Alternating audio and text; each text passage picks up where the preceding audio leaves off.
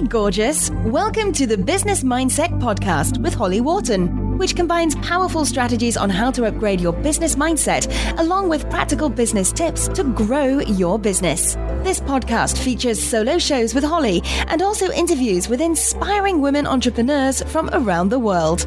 Thank you so much for joining us today. And now, here's your host, Holly Worton. Hello and welcome to the Business Mindset Podcast, episode 157.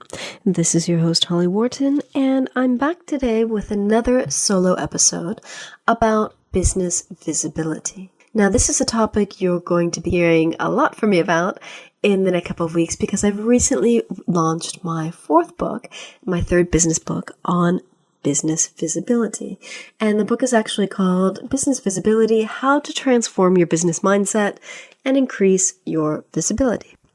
Now, this is a really important topic for me because it's an issue that I've struggled with a lot in the past, and it's not surprisingly something that comes up a lot with my clients, probably because, they say they need to teach what you most need to learn. So this year, 2016, I've chosen as my word of the year, shine, because I knew that it was time for me to really step up and shine my light a little bit more and be more visible with my business. And I've done that in a variety of ways that I can talk about later. But it's such an issue for me. I actually painted this little canvas with glitter paint and the word shine on it. And I've got it hanging in my office. And it's just this really obnoxiously shiny, bright, glittery canvas that reminds me of what my focus is for this year. So the Business Visibility book, I start out with an epitaph by Marianne Williamson from her book, A Return to Love. Now, I'm sure you've heard this quote many times, but I'm going to state it here anyway, because I feel like every time I read this quote online, whether it's on Facebook or on someone's website, it just really reminds me of the importance of being visible with my business. So here we go. Your playing small does not serve the world. There's nothing enlightened about shrinking so that other people won't feel insecure around you. We are all meant to shine, as children do. We were born to make manifest the glory of God that is within us. It's not just in some of us. It's in everyone. And as we let our own light shine, we unconsciously give other people permission to do the same. As we are liberated from our own fear, our presence automatically liberates others. And that's Marianne Williamson, A Return to Love. Including this quote in my book was so important because it's like we almost feel sometimes like we need someone else to give us permission to put ourselves out there in a bigger way and really shine our light and be visible. When in reality, we just need to give ourselves permission to do it.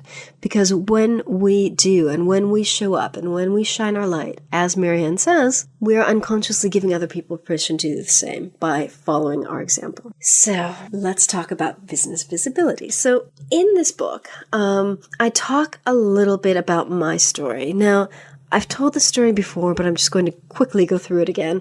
A lot of people may know that my first business was in the hospitality industry. I had a business partner.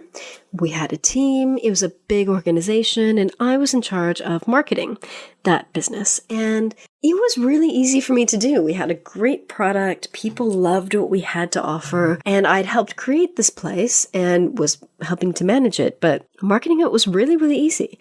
And it wasn't until I quit that business and then went on to train as a coach and an NLP practitioner and eventually in Psych K and became a solopreneur that I realized how hard it was to market my business when my business was just me. And that was a rough awakening because when I trained as a coach and I was part of this business mastermind for coaches from my coaching school, I realized that I was one of the few people there that actually had practical business and marketing experience. And that was something that I was very much grateful for. And I could tell that I had a huge advantage over other people who were just starting out and had no idea how to run a business. But even though I had lots of practical online marketing experience, my mindset crap was getting in the way of me actually implementing this stuff. So I was doing little things to market my business, but I wasn't really shining. I wasn't really putting myself out there in a big way. And when I had my previous business, Socially Holistic, which helped women entrepreneurs learn how to use social media to market their businesses, I eventually, once I trained in Psych K, added that type of service to my business. And I used to say that I helped women with social media from the inside and the out, because I would help them with the practical side of using social media to market themselves, but I would also help them with the mindset stuff, because the mindset stuff was often what was tripping people up, because of the same reasons that, I had problems marketing myself. Fears, blocks, limiting beliefs. Am I good enough? Is it safe for me to put myself out there? And all this stuff was holding me back from taking the practical actions I needed to take to really step up and step out there in a bigger way. And this happened a lot for my clients. And so it's no surprise that I was attracting these types of people, because I'd been through this and I'd experienced this and I was still working through it. And let's be honest, to this day, I'm still working through stuff. I do loads of mindset work to help me with my business mindset and visibility. And it's a step-by-step thing. I mean, I'm constantly putting myself out there in a bigger way, hitting new kind of blocks and fears, doing more mindset work, putting myself out there in a bigger way. It's like I said, it's a step-by-step thing. It's like one step up the ladder. And the way I talk about business visibility in this book is very much the way I talk about, building a business in general, where you've got one foot or one step is like your mindset work, and the other step is your practical business action work. And you need to take steps with both feet to grow your business. You can't just kind of hop along on the mindset foot or hop along on the practical action foot, because you need both to get you to where you want to go with your business. So I find that a lot of people, when approaching the concept of business visibility, really focus on the practical action stuff that you can do to get yourself out there. And I think that's important, because practical action is important, but that's not all there is. There's the mindset kind of step that can hold you back, because if you've got a lot of fears and blocks and limiting beliefs around being more visible, then it might prevent you from taking those practical business actions, no matter how much you know what you need to do or how important you understand it is. And really upgrading your mindset and releasing those fears and visibility blocks can just make it so much easier for you to get out there and be visible, rather than making it painful and awkward. So talking a little bit about business visibility and business visibility blocks. What is visibility? So business visibility is the degree to which you and your business are seen by your potential clients or your ideal clients. So if you've been playing small, that means that you've got low business visibility. And that most likely means that maybe you've been struggling to bring in a steady stream of clients. It's all feast and famine for you. You take a few actions to really put yourself out there. And so you bring in a couple clients, and then you kind of go back to being hiding, and then you don't bring in any clients. I think a lot of us have done that. Business owners with low visibility often struggle to bring in a consistent amount of money each month, because they haven't yet made an impact in being visible to a large number of people.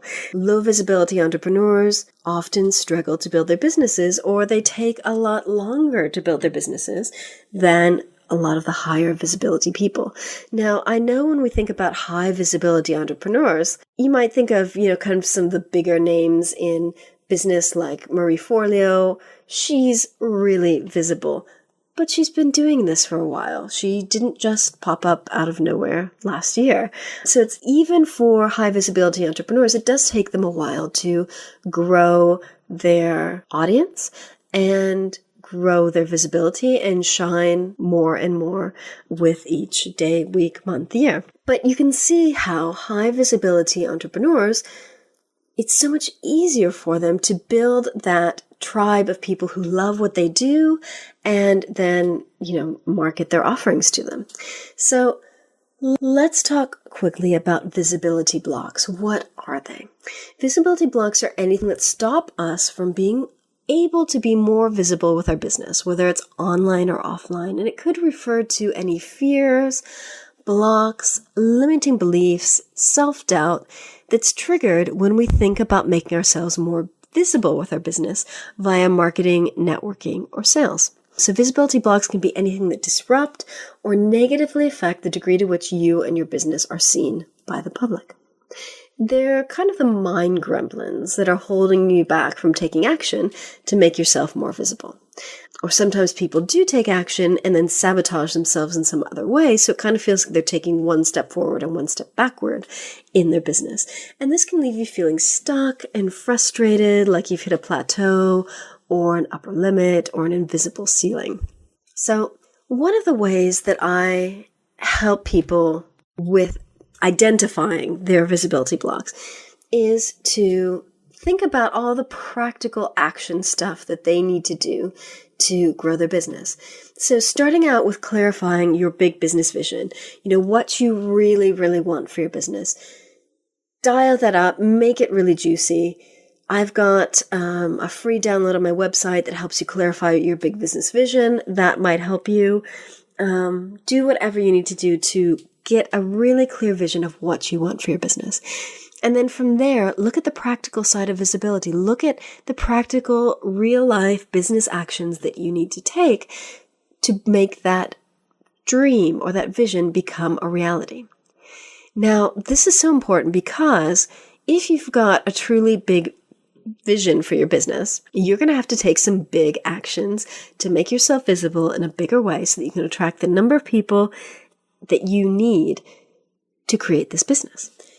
And that's what can trigger our stuff. So looking really quickly at the practical side of visibility, I'm going to run through a list of some things, and I want you to, if you can, while you're listening to this, just pause.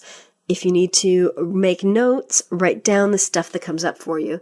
And think about stuff like thoughts popping up like, I could never do that because of whatever reason. I'm not good enough to do that. What will people think if I did that? Doing that, whatever it is, those things that I'm going to bring up scares the crap out of me. I'm not ready to just do that just yet. No, maybe next year. So think about all those limiting beliefs that come up as I mention these things. And then also look for what one of my clients calls yeah buts. And those are the excuses that pop up into your mind when you start thinking about taking actions that will lead you outside of your comfort zone. So if you think about starting a YouTube channel for your business, your mind gremlins might say, yeah, but people make really horrible comments on YouTube videos, and that's really scary, and I don't want to have to deal with that. So look at your yeah buts, look at any fears, blocks, limiting beliefs, excuses that your mind gremlins might come up with to prevent you from taking any of these actions. So I'm just going to go through a list here of marketing stuff. So you can do advertising, like online advertising using Google AdWords, advertising in local newspapers or magazines, blogging. You can write regular blog posts on your own website, on other people's websites, email newsletters, writing regular emails to people on your list. You can do networking, whether that's online in Facebook groups or offline in, like BNI or women's networking groups. You can write press releases to the media if something newsworthy happens in your business.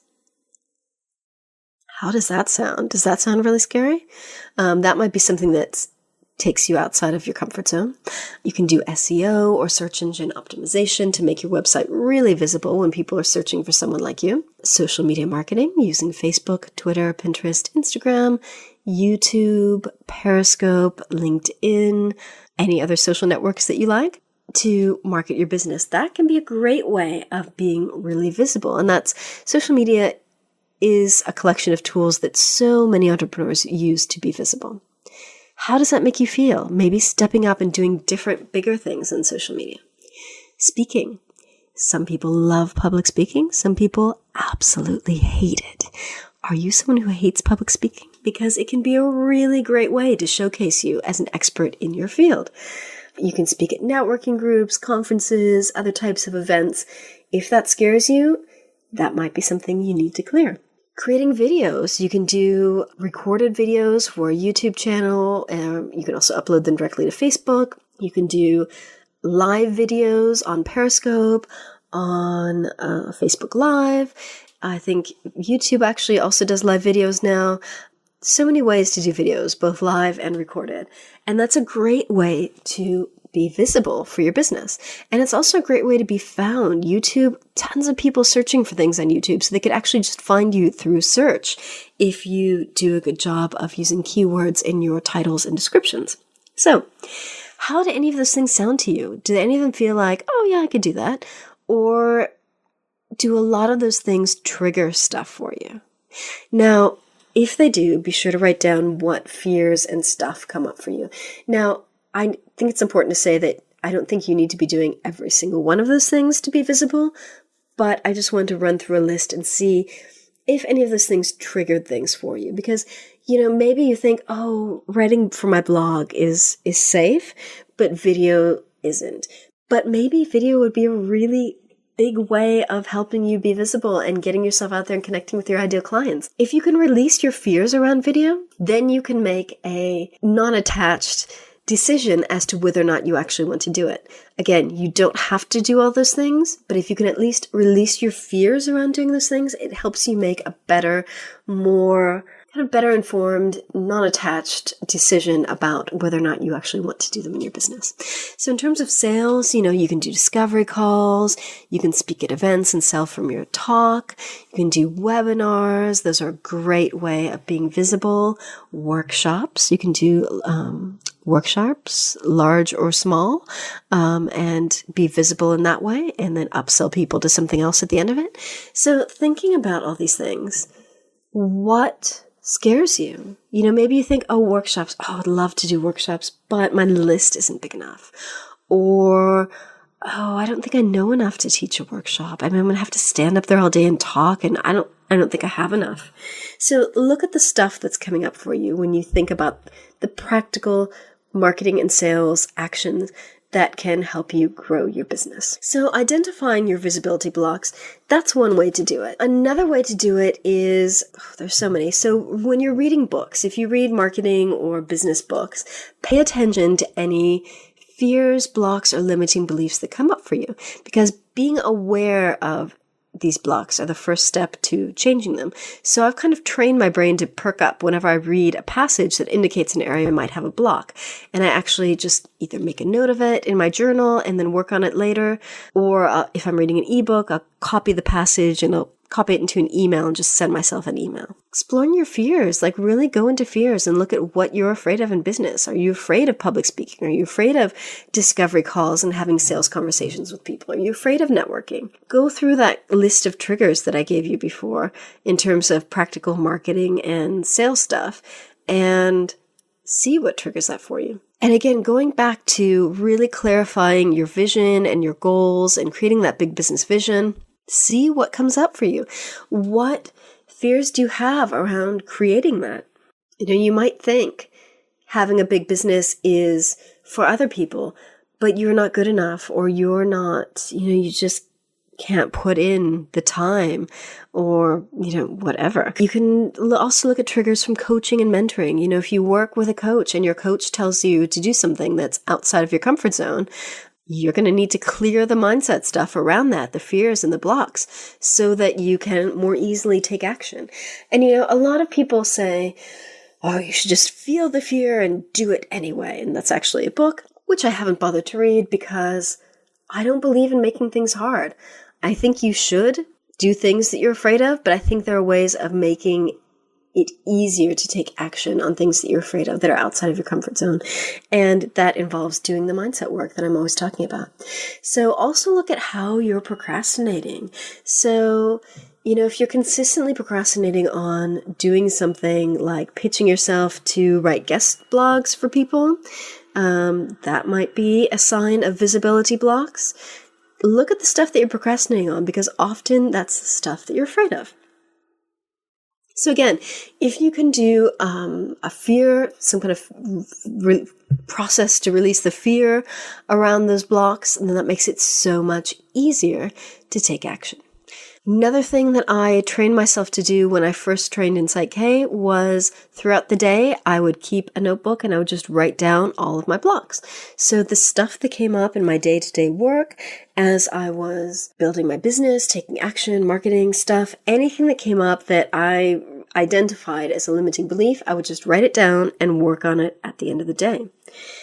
And taking action is also a really effective way to uncover your visibility blocks, because you might not even realize that you have blocks in a particular area until you start to take action towards a goal.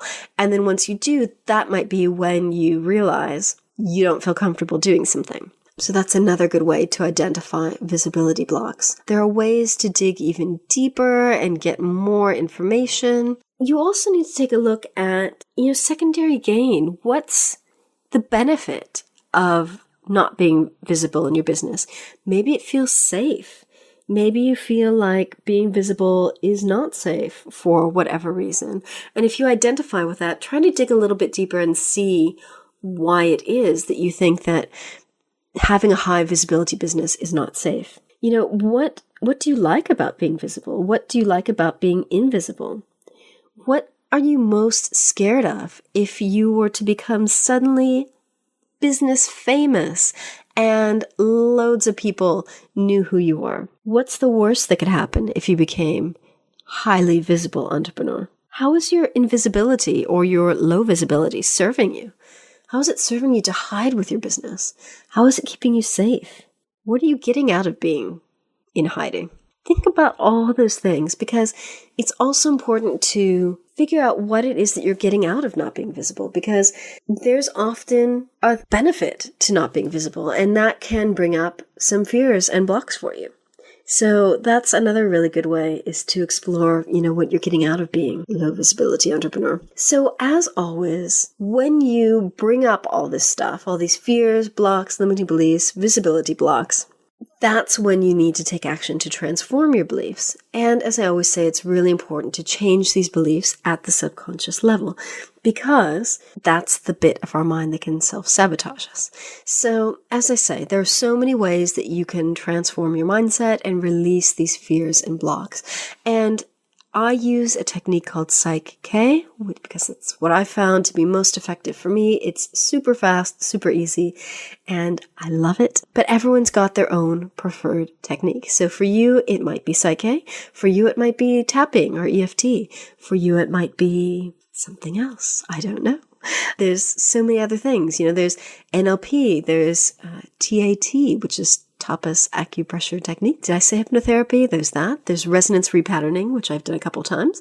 Theta healing. There's all kinds of stuff that you can do to clear this mindset stuff and transform your beliefs, transform your business mindset, transform your visibility beliefs, and be more visible in your business. Because making these changes just makes it so much easier for you to take action.